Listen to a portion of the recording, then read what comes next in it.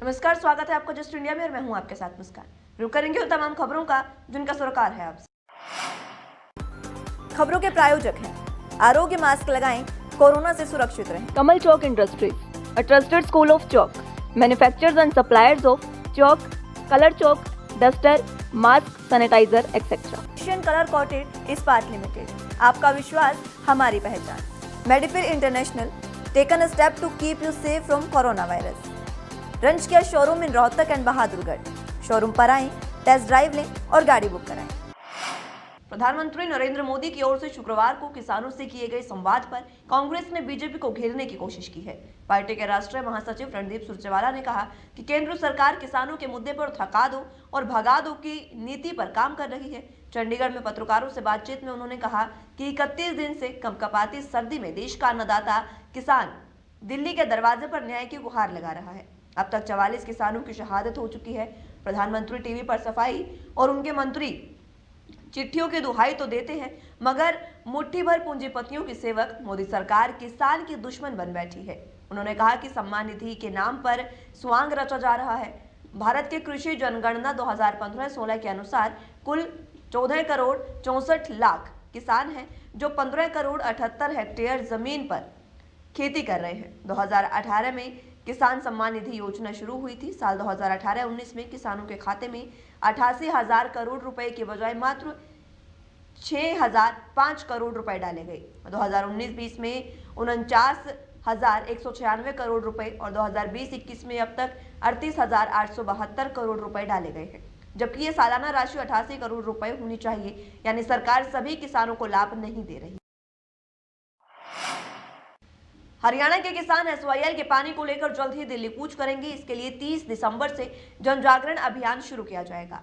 हरियाणा युवा किसान संघर्ष समिति के अध्यक्ष और अटेली से पूर्व विधायक नरेश यादव ने प्रेस कॉन्फ्रेंस में ये बात कही है। यादव ने कहा कि केंद्र सरकार के ढुलमुल रवैये के कारण आज दक्षिणी हरियाणा के अहिरवाल क्षेत्र के किसान एक एक बूंद पानी के लिए तरस रहे हैं। भूजल हजारों फीट नीचे जा चुका है। सारे क्षेत्र को डार्क जोन घोषित किया जा चुका है और नए ट्यूबवेल भी नहीं लगाए जा सकते। इसलिए नहरी पानी ही एकमात्र समाधान है। यादव ने दोहराया कि जब तक एसवाईएल नहर का निर्माण नहीं हो जाता, तब तक हरियाणा में उपलब्ध नहरी पानी की मात्रा अहिरवाल क्षेत्र में बढ़ाई जाए। सुप्रीम कोर्ट के हरियाणा के हक में फैसले के बावजूद पंजाब पानी की एक बूंद हरियाणा को देने को तैयार नहीं।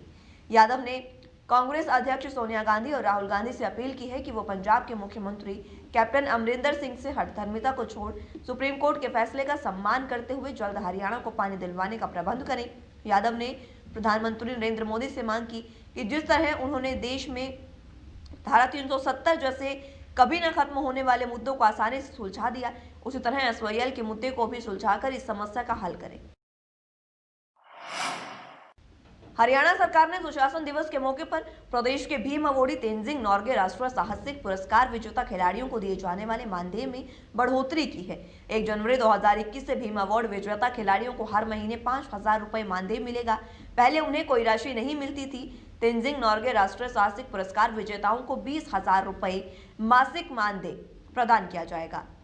इसके 3 खिलाड़ियों को फायदा होगा। अर्जुन अवार्ड, द्रोणाचार्य अवार्ड और ध्यानचंद अवार्ड विजेताओं का मानदेय 5,000 रुपए से बढ़ाकर 20,000 रुपए महीना कर दिया गया है। इससे 80 अर्जुन अवार्डी, 15 द्रोणाचार्य और 9 ध्यानचंद अवार्डी लाभान्वित होंगे। हरियाणा के मुख्यमंत्री मनोहर लाल ने सुशासन दिवस के मौके पर खिलाड़ियों को यह सम्मान प्रदान किया है। मुख्यमंत्री की इस घोषणा पर खेल और युवा मामले में राज्य मंत्री संदीप सिंह ने भी खुशी जाहिर की। संदीप सिंह के अनुसार मुख्यमंत्री की इस घोषणा से खिलाड़ियों का सम्मान बढ़ा है।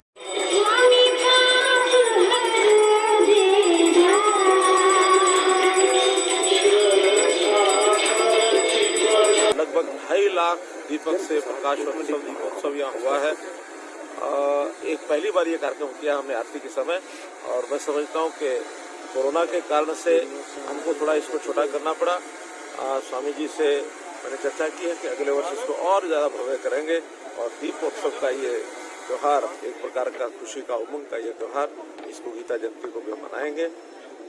इस बार चूँकि व्यवस्थाएं ऑनलाइन ज़्यादा की गई हैं, सारा दृश्य देश में दुनिया में ऑनलाइन ही किया गया है।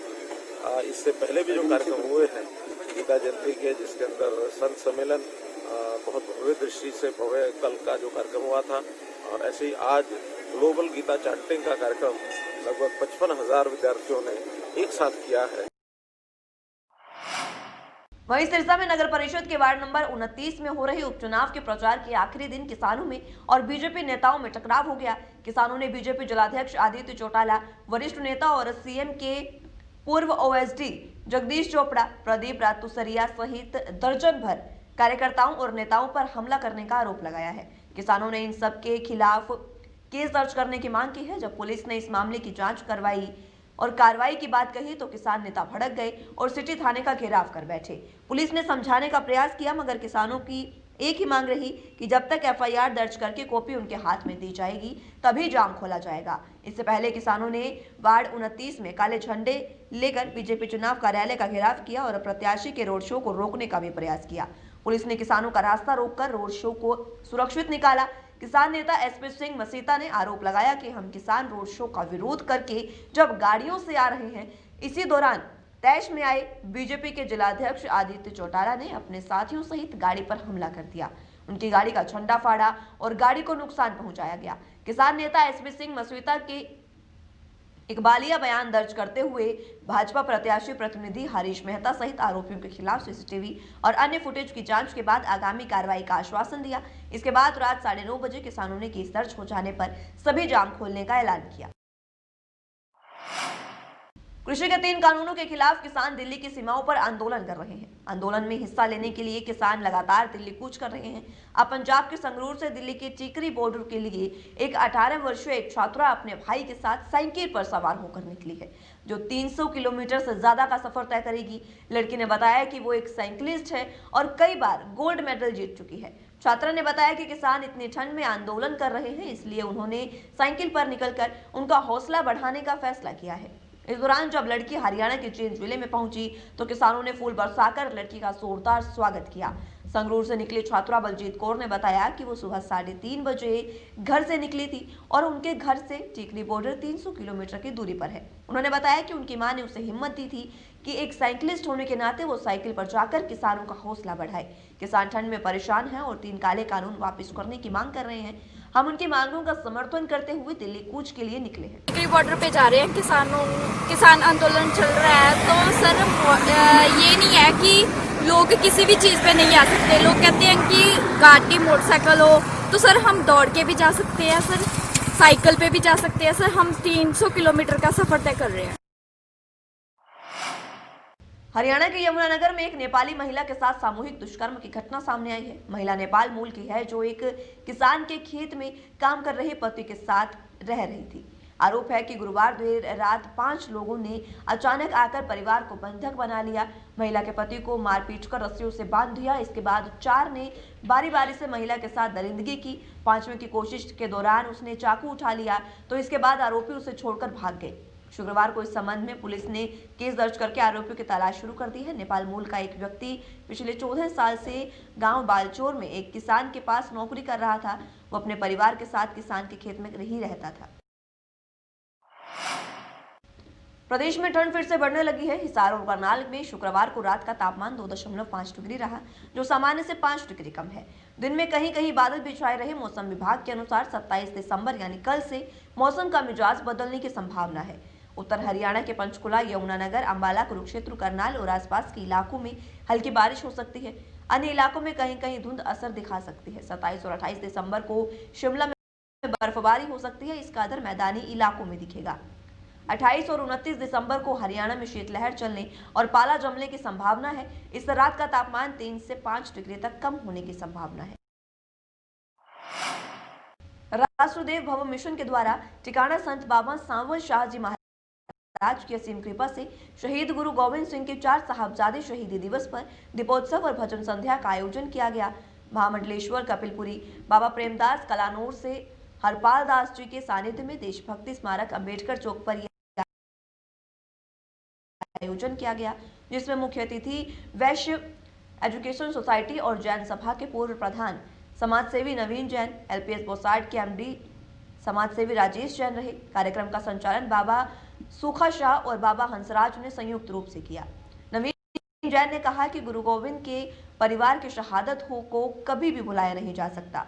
हम सब देशवासियों को भी जरूरत पड़ने पर अपनी कुर्बानी देनी चाहिए। राजेश जैन ने कहा कि कोविड वैक्सीन के लिए हमें भी आगे आना चाहिए। पीजीआई में भी अभी वैक्सीन ट्रायल के लिए करीबन 400 स्वयंसेवकों की आवश्यकता है। ये भी एक सच्ची देशभक्ति है। कार्यक्रम सहयोग रक्तदाता प्रेरक जेपी गौड़ बताया कि सर्वप्रथम तलजीत सिंह के पुत्र और पोत्री ने दक्षजीत और अंशप्रीति कौर ने गुरबानी में सभी को मंत्रमुग्ध किया। इसके बाद प्रिंस मल्होत्रा ने वंदे मातरम और शिव शिव और राष्ट्रीय गीत का गुणगान किया। हरपाल दास जी कलानौर से गुरु गोविंद के बच्चों की वीरता को बखान किया। इसके पश्चात 251 दीप जलाए। शहरवासियों साहबजादों को श्रद्धांजलि भी अर्पित की गई। ओए कलगीधर पातशाह साडी लाज रखना, आखो सतनाम तेरी बोले।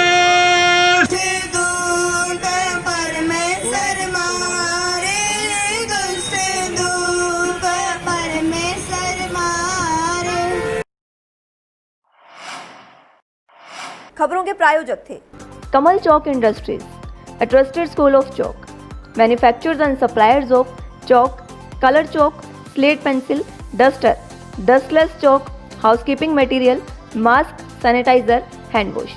Office number 201, first floor, Town Center Mall, D Park, Model Town, Rohtak. Corona महामारी से लड़ने के लिए आरोग्य मास्क लाया है आपके लिए सबसे आधुनिक मास्क।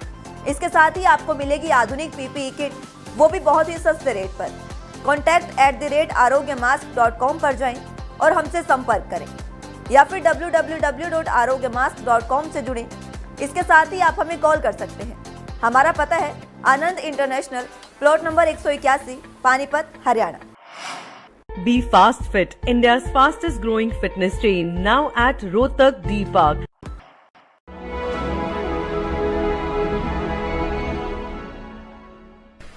चाचा, आपने नया घर बनवाया है तो घर की छत पर कौन सी शीट लगवाई है? बेटा, मैंने अपने घर की छत पर एशियन शीट लगवाई है क्योंकि वो कभी न मिटने वाले ओरिजिनल निशान की चादरें हैं। साथ में ISI का चिन्ह, 5 साल की वारंटी के साथ साथ पैसों का सही मूल्य देने वाली वही इकलौती शीट्स हैं। क्योंकि नाम नहीं, पहचान जरूरी है। फिलहाल के लिए इस बुलेटिन में इतना ही। जुड़े रहिए जस्ट इंडिया के साथ। नमस्कार।